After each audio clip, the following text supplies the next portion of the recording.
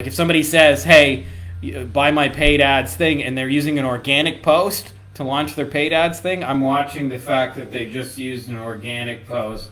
Thing number one is, for the people who are out there producing stuff, all AI will do is make you faster and better at it. Here's the deal with an irresistible offer that not enough people understand. It is very simply is to find a problem that people are sick and tired of.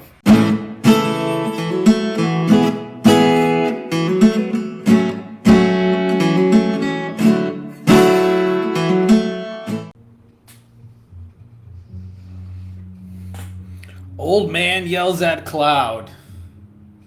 We're back. We're back. Excited to see you guys all again. What a world we're living in. Exciting times. We just went through a hurricane over here. Most of the eye of the hurricane, the craziness missed us. So thank you guys who sent messages. It was just a little windy for a couple hours and kind of an intense storm. But the worst of it never came. And Alex Hormozi broke the internet, and it seems like everybody on Facebook, and at least in my world, is talking about that. And as well, the wolf pack is just getting cooler. It's just getting cooler and cooler and cooler, by the way. So I put some details for that. For those of you guys who are interested, I've been working on building a team. It's a little slower than I'd like. Sometimes I feel like the tech just stops you in life. I posted some groups. They have an approval process. It takes a week. Slows my hiring down by a week, but there's been a little stuff like that. But we're making it so when you join, you have a whole team of people to help you implement the stuff we talk about. So that's the real magic. I think is where the rubber meets the road, is on the implementation side, and we're giving you lots of help and support in that. Anyways, that's all I got. Enough rambling for me. I put some links below if you guys are interested in that. But ladies and gentlemen, boys and girls, children of all ages, Frankie Finn proudly brings to you our weekly Q&A.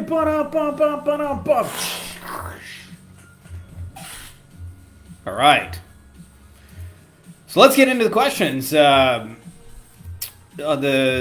good stuff. Thoughts on the Alex Hormozi book launch, Joseph? This is the rage right now.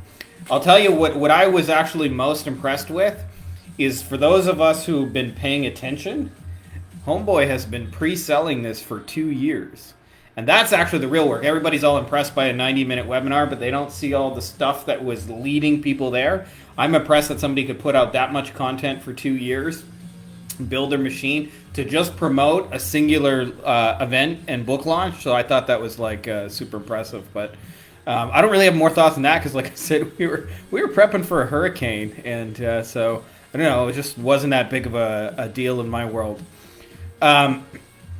Brandon says, Alex stresses making offers so good that people would be crazy to say no. I've seen marketers with some very undervalued offers. What's the craziest offers you've seen or done yourself? How did it play out? This is a really interesting thing. I guess, obviously the Alex Hormozi stuff is kind of front and center for a lot of people, so we're going to probably deal with some questions on that. I'll tell you personally, firstly, I guess to expand on the last person's question, is I find the longer I do this game, the more I focus on producing and less on consuming. That isn't to say there aren't valuable resources I consume, but I feel like a lot of people feel like when you consume information, it sometimes gives you this dopamine hit and this feeling like you're actually doing something, when in reality, probably 1% of Alex's audience is going to go through and actually implement any of the ideas at all, maybe 5% max, somewhere in that 1 to 5%. But if 20 people are watching it, only one of them is going and doing something with it, and I'll put all my money on that horse to win the race to the game. So a lot of times I saw these people crying and it's life-changing, but the ideas are only as good as somebody's ability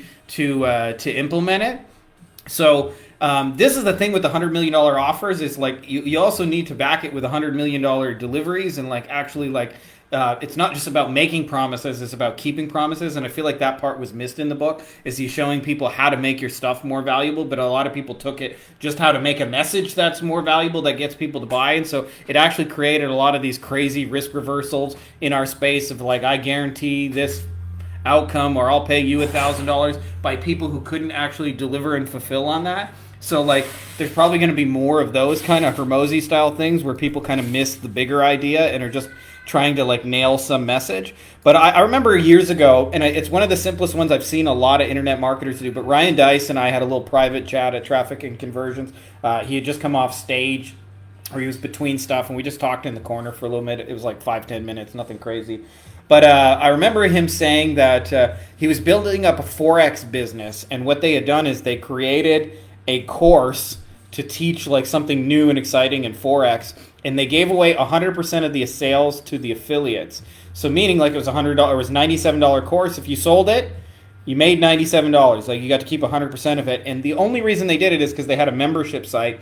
And included there, you get 2 months of free trial of the membership site, and then I think it was $97 a month ongoing if you wanted to stay. And so their business model was predicated on just giving away something and making nothing for like 2 to 3 months. And I think how many people could give away 100% of the front end profits and make all their money on the back end? So he created, something valuable in the Forex space. I always thought that was a really cool offer though, because it's smart. Jay Abraham, and I have talked extensively about that, kind of like in private as well, about like things you can do, giving away the front end for free and making all your money on the back end. So like usually the best offers, the smartest offers are that, and that's kind of what Alex has done in that book. So though I don't know, those are the only thoughts. Like I said, we were busy trying to survive a hurricane, so I don't have like crazy thoughts on the launch other than I just observe what people are doing, and usually I learn more by watching what they do than what they're teaching per se. So I don't know, that there's a lesson in that is like, observe what they do, not what they say they do,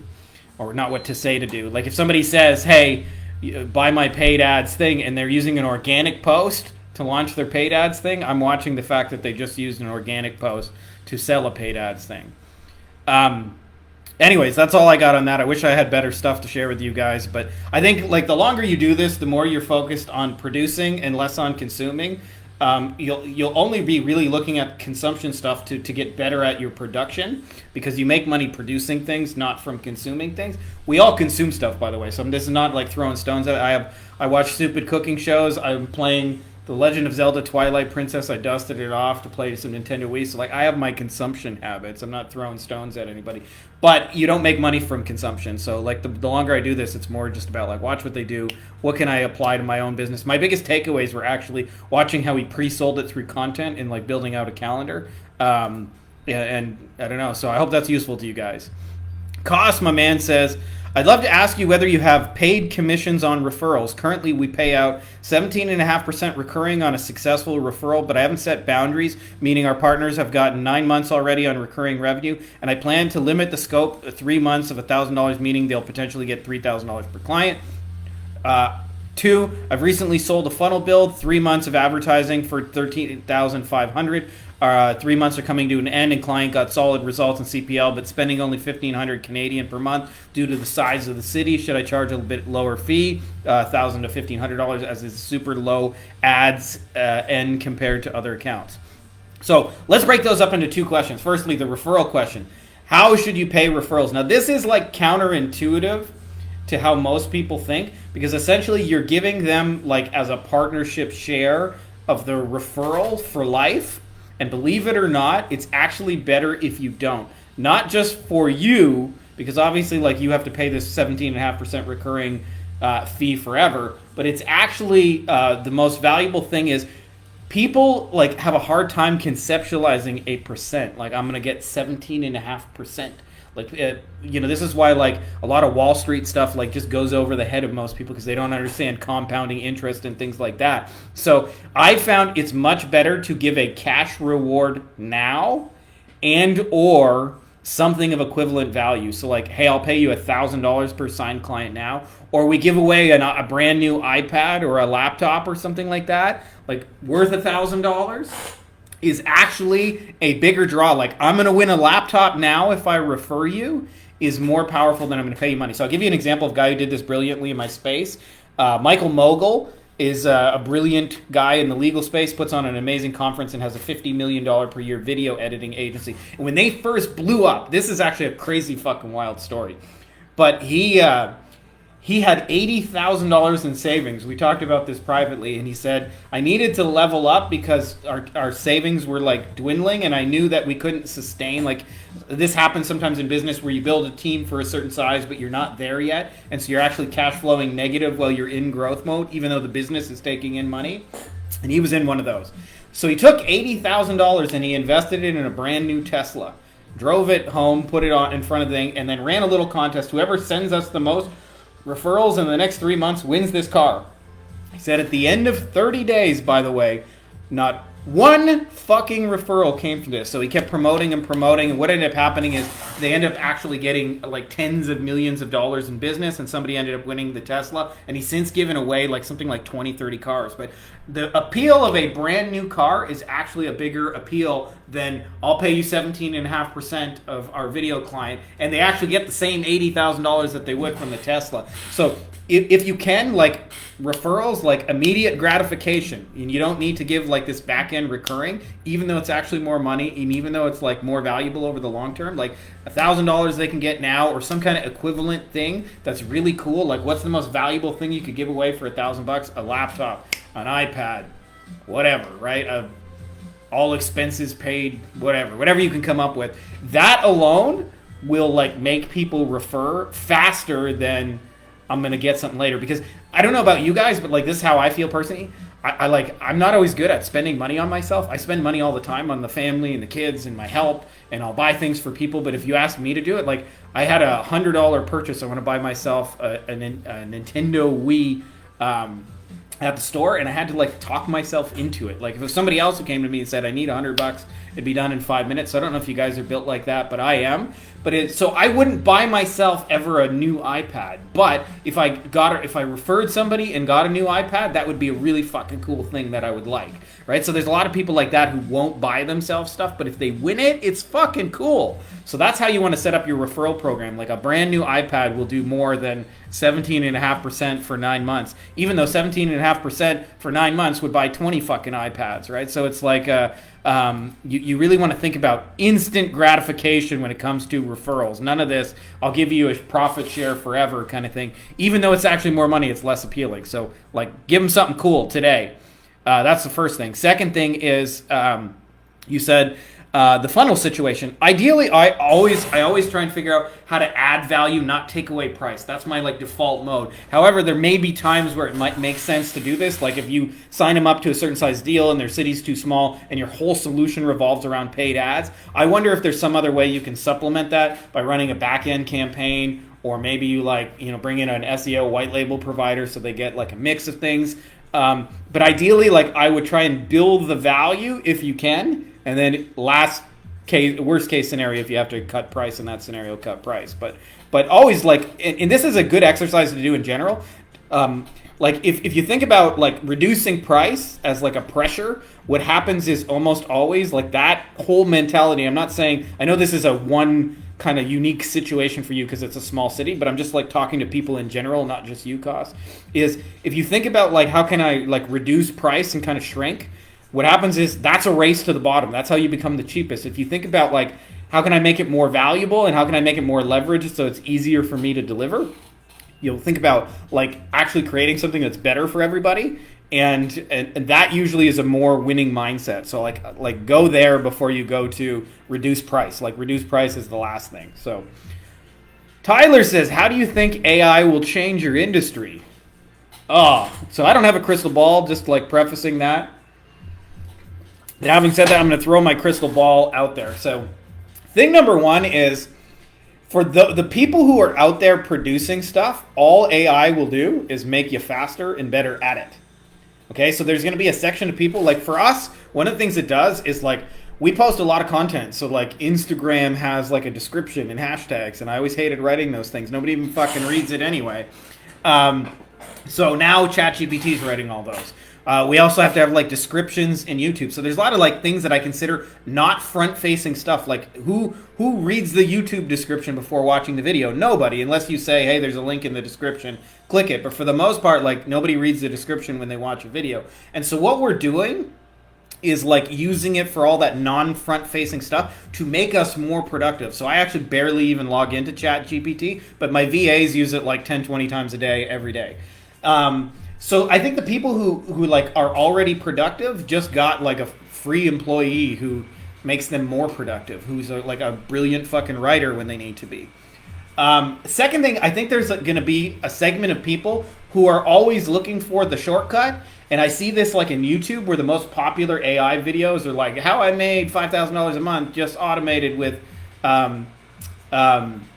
using Chat GPT. And not enough people think that through, because they don't think like if it's a copy and paste solution that I can like kind of game the system, those very, very rarely ever fucking last. In the 16 years I've been doing this, I've seen like temporary exploits come and go so many times. And my friend Dave Miz said this to me in the beginning. Shout out to Dave for being awesome. I remember he said to me, Frankie, like, it takes just as much time to build a real business as it does to like try and game the system for a little while. And that like really hit me hard. I was always trying to like find some kind of money shortcut that would be easy and copy and paste. And if I just do this one thing over and over, and then I realized it was actually just easier to build a fucking real business, and it's not a foundation of sand. So I used to see things like, my super secret Twitter method where you can exploit it, and then Twitter closes that exploit and you lose the method and you lose the ability to make money. So like there's going to be people who are going to try the exploit, either won't work for them because they don't stick with it long enough and they find out it's actually hard, or works for a little while and cancels. And I think that's going to be the biggest number of things you're going to see, is a lot of fly-by-night shit just got faster with AI. So it'll crash and burn faster, and people will give up easier and hop on to the next thing. Then there's the third level of people who kind of like, I say this in the nicest way possible, I'm talking purely just economics, but who barely produce shit, don't make fucking anything, and are largely consumers in the economy. And they have some kind of job, and those people have a lot of reason to worry that AI is going to come take their job. You see this like, oh no, AI is going to come steal my job. Well, if you're producing valuable shit, AI is not going to take your job. If you're looking for the next exploit, so like my suggestion to any of you guys who are in this boat is put yourself in the fucking producer category, make shit, and use AI to make you more efficient. But don't use it to try and like exploit and game the system. If you're doing that, like it's just temporary value. And if you're a consumer, like fucking, it's only a matter of time. Like like I was around, just so you guys were old enough, those of you guys who remember, I used to have to go to a bank teller, and they had to like physically stamp a check and update your book. Now, like they're all machines. Nobody goes to the bank teller unless you got like some kind of problem that the machine can't handle. But for the most part, like everybody does the machine. You can take money in and out. You can pay your bills and stuff like that. So like 90% of that is done at machines, but like it just moved, right? Like if you think about it, there's somebody who has to service the machines and fill those up. And there's still like a manager who's like strategizing and running the bank operation. So you want to be that person, because that person's like value to society, for better or worse, is not going to change, right? So you want to be the one who's producing, the one who's strategizing, the one who's pulling the strings and making shit happen. Even if it's only in a little small way, in a little small niche, in a little small industry, you want to be that person, right? So think about it that way. That's my thoughts on AI, is that like it kind of changed the game. Who knows what it'll become? But for the most part, like it didn't change like the people using it. And so the people using it, it's just gonna shift the game. That's it. It's like the internet didn't change the fact that people bought shit, but it changed dramatically how they did and who they bought it from, right? But at the end of the day, the people who adapted and used it are like still crushing. And this is the thing that nobody understands. You can pick up a copywriting book from 100 fucking years ago and read it, like, or even like 50 years ago. Joe Sugarman and David Ogilvy are going way back to like Claude Hopkins.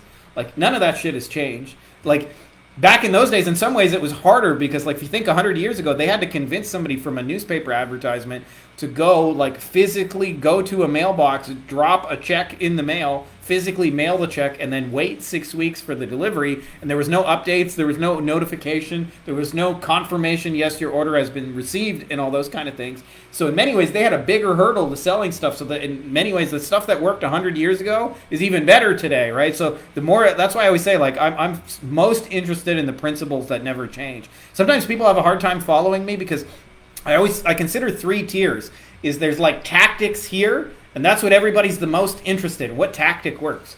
And then there's strategies which drive the tactics. Like if you understand deeper level strategy, for example, here's a strategy. Doesn't matter which platform you're on, a pattern interrupt works, meaning you do something unexpected that captures somebody's attention. That will change on YouTube and on Facebook Reels and on the Instagrams. But the fact that a pattern interrupt works never changes. So if you understand pattern interrupts, you can go on any platform and create them because you understand what you're trying to do. So you don't need a tactic. So I would see this like for a while on Facebook. There's a guy named Keith Krantz, and he had a video that his pattern interrupt, he would wave his hands all furiously like this, like, woo, I'm waving my fucking hands. And what happened is people would stop and go, what's he waving his hands about? And then what happened is like 8,000 asshole marketers copied the tactic and it stopped working. But if you understand the strategy is to make pattern interrupts, like, I can do this, I can do this, I can go, here's a fish, why the fuck am I talking about a fish, is going to make you money, right? So like there's 18,000 ways you can use the pattern interrupt. Then there's the level past it where it's principles, right? And if you understand principles, like principles create your strategies and strategies create your tactics. And what's interesting is most people are interested in the tactics, which constantly fucking change based on the fact that like once 8,000 marketers start waving their fucking hands, stops working. But if you understand the deeper level principle of what you're trying to do, overall you'll create strategies such as pattern interrupts, and you'll be able to deploy them on any platform. It doesn't matter how many 12,000 times it changed because you know you're going to have to interrupt people and get their attention, right? So that's why I say like the stuff that never changes the most valuable. I saw Jeff Bezos. He was on an interview, founder of Amazon. Everybody said, where do you see Amazon going? What's the future? Blah, blah, blah. What's going to change? And he said, everybody always asks me what's going to change, but I'm most interested in like what never fucking changes, what's always the same. By the way, sometimes on the live, I can see that you guys have left comments, but it doesn't show them on my back end. I don't know why that is. Let's just see if I can look and make sure we're not missing anything super good. The old new Tabarooski. Okay, cool. So Ananto says, does anyone know a good meteor buyer who can scale membership offers? So if you want, I'm happy to share with you our job hiring ads, which get really good help. But I want to, this is a quality Frankie Finn rant, I feel, is almost always when people are looking for a good media buyer, what they actually need, like it is a symptom of something, and what they actually need is a better back end. Allow me to explain why this is the case, okay? So when someone's looking for a media buyer, what they're almost always looking for is how can I reduce ad cost so that my funnel works at scale, right? And the solution they think of is if I can find somebody who really understands running ads and make it happen. So I saw this like a friend of mine. I'm not picking on him because he's a really smart guy. His name is Peter. Peter was spending $1,000 a day on YouTube selling a $500 course, and he averaged about 2 sales a day. And so he was spending $1,000 to make $1,000, and because it's a digital course, it was like basically all profit. But because it was his ad cost, he was breaking even. And so what he started looking at was how can I find somebody who can run the ads cheaper so I can lower my costs and be profitable?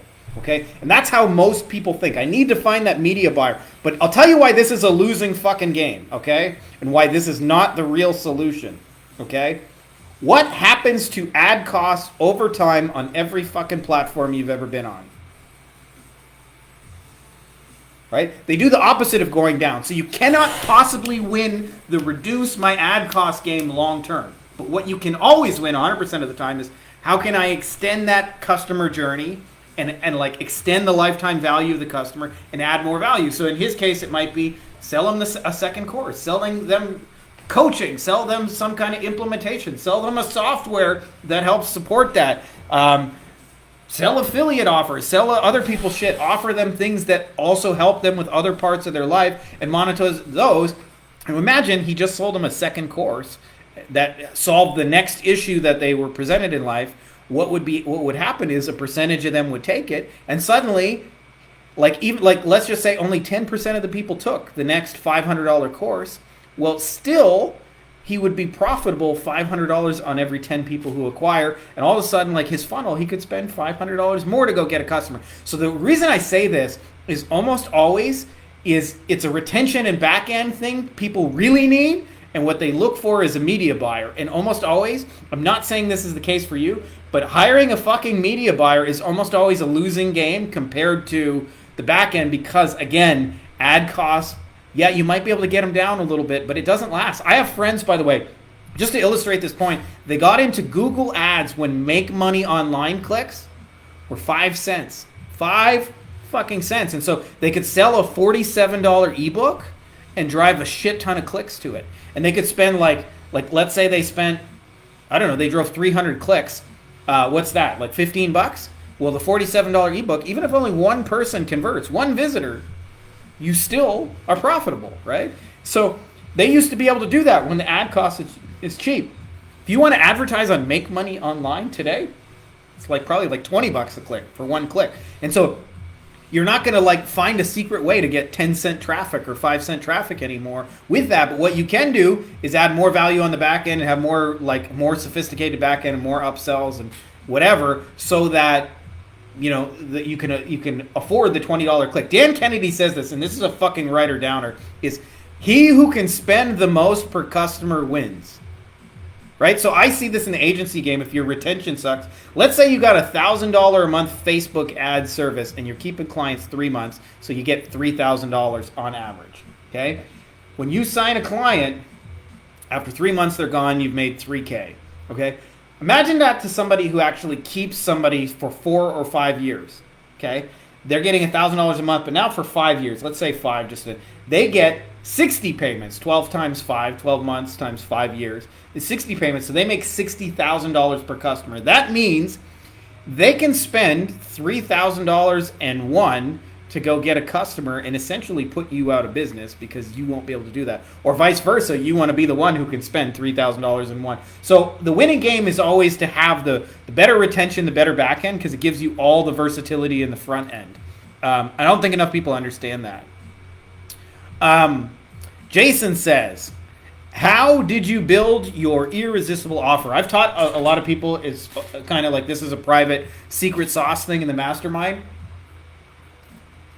But what I'm going to do is share the core elements of it right now.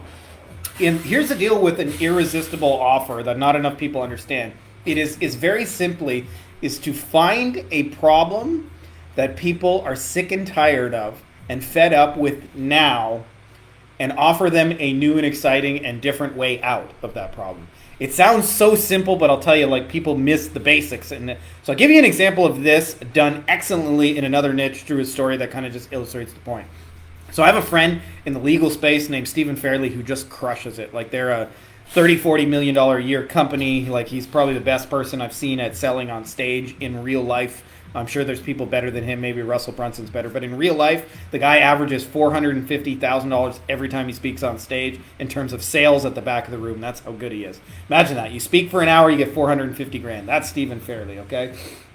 And we were kind of talking about different lawyers and stuff like that. And he was talking about a real estate lawyer. So a real estate lawyer is, for those of you guys who don't know, in different states, some states have a title company and some have a lawyer. And so what happens is somebody buys a piece of real estate, they have to close with a lawyer. It's heavily commoditized. So it can compete on price. Somebody will say, I'll do it for $399. Then somebody will say, I'll do it for $349. Then somebody says, I'll do it for $299. So it has that race to the bottom kind of pressure.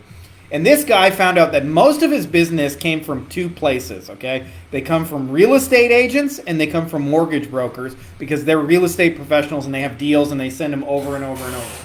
So he went to the real estate agents and said, what are you sick and tired and fed up with when it comes to dealing with real estate attorneys? And they said, a common problem for them is that they close the deal and then that person takes a month to send them their commission check. So I want you to imagine somebody who's a real estate agent. They just sold a property. Now they're expecting a $12,000 commission check.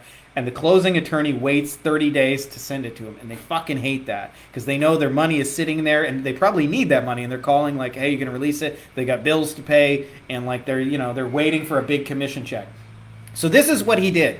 He made an offer. Again, he took a problem they were sick and tired and fed up with waiting on my commission check and created a new and exciting way out. So his offer was very, very simple, is I will mail you or I will FedEx you rather, your commission check within 24 hours of closing, even on weekends.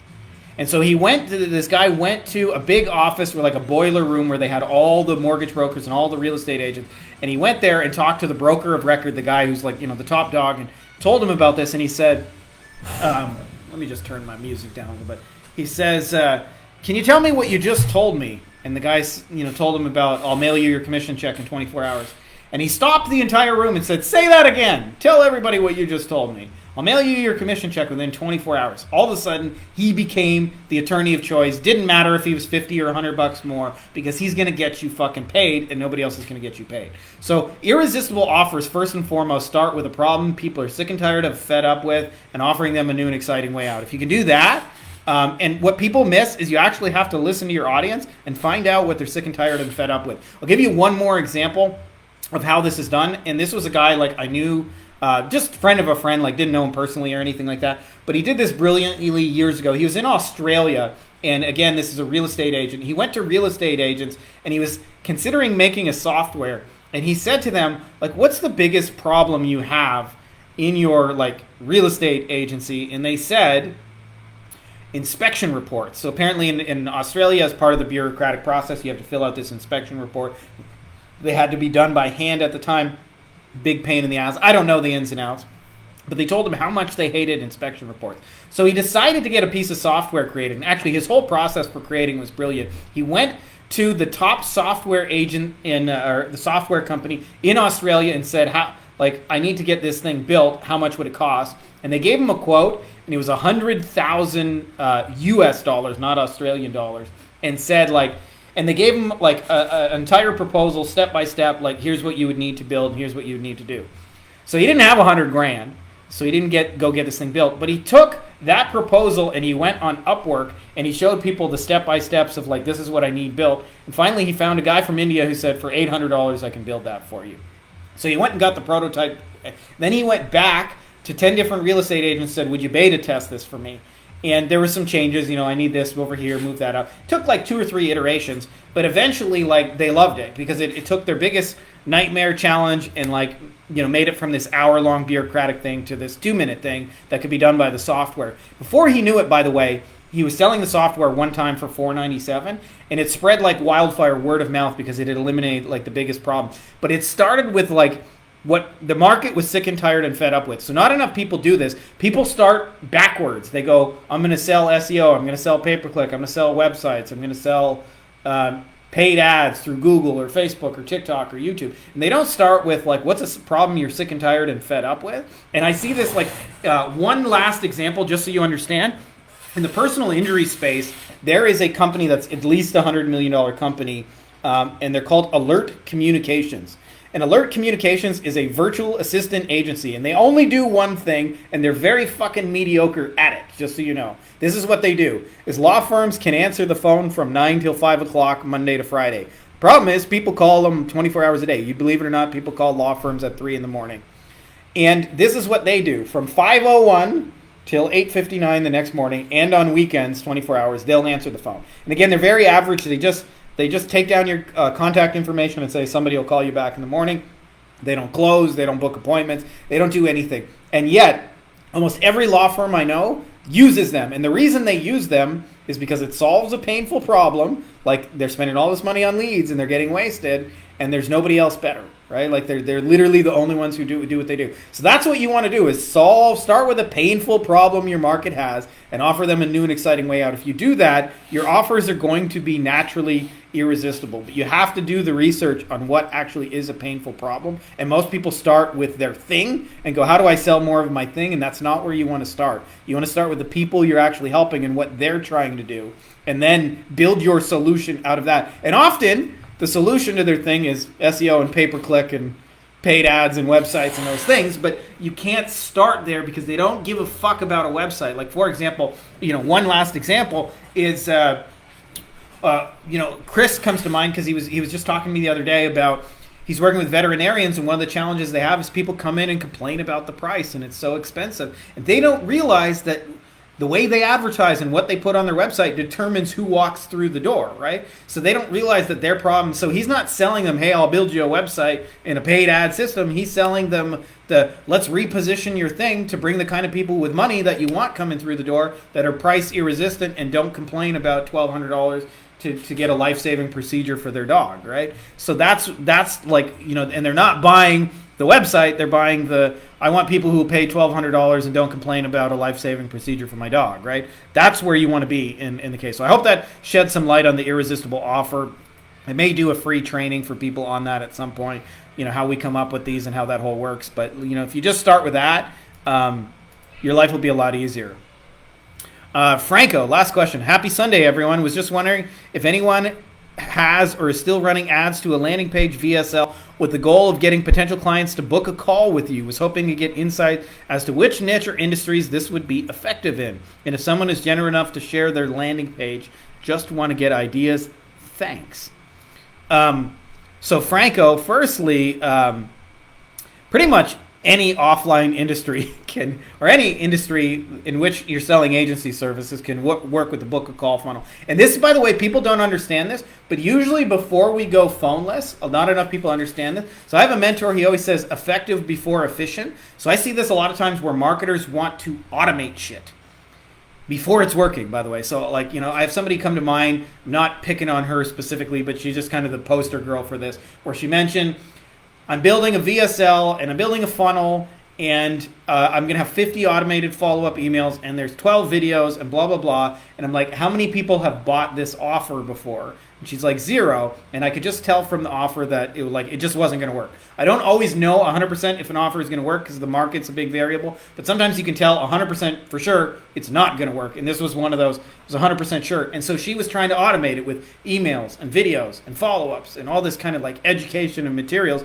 to driving it to an offer that I know just ain't going to fucking work.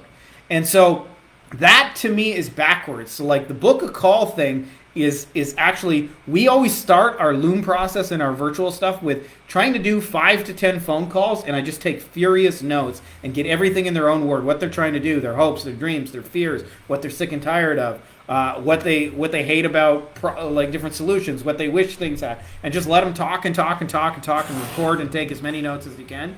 And then I use those notes to build my materials. I've had people, by the way, get on a webinar with me, and we had a webinar that we automated and ran for like 2.5 years that just brought us agency clients until we broke every sort of like back end. Like we had operations problems up the yin yang, but not acquisition problems. But when we had all those operations problems kind of up the yin yang, like the webinar, people would get on the webinar and there's a section in there that says, does this sound like you? And it tells you like 7 problems you might have as an attorney. And like I would have people go, oh, I'm all 7 of those things. But I didn't guess at that. Like that didn't come randomly in a brainstorm in the middle of the night. I wrote down what they said and then I went and put it in the webinar because I kept hearing the same things over and over. So that's what you're looking for, is the things you hear over and over, like the commonalities and the things that are painful and that they're stuck on over and over and over and over. So that's what you're putting into. The book a call is really just simply book a call. Now, what do you put in there that actually makes people want to book a call?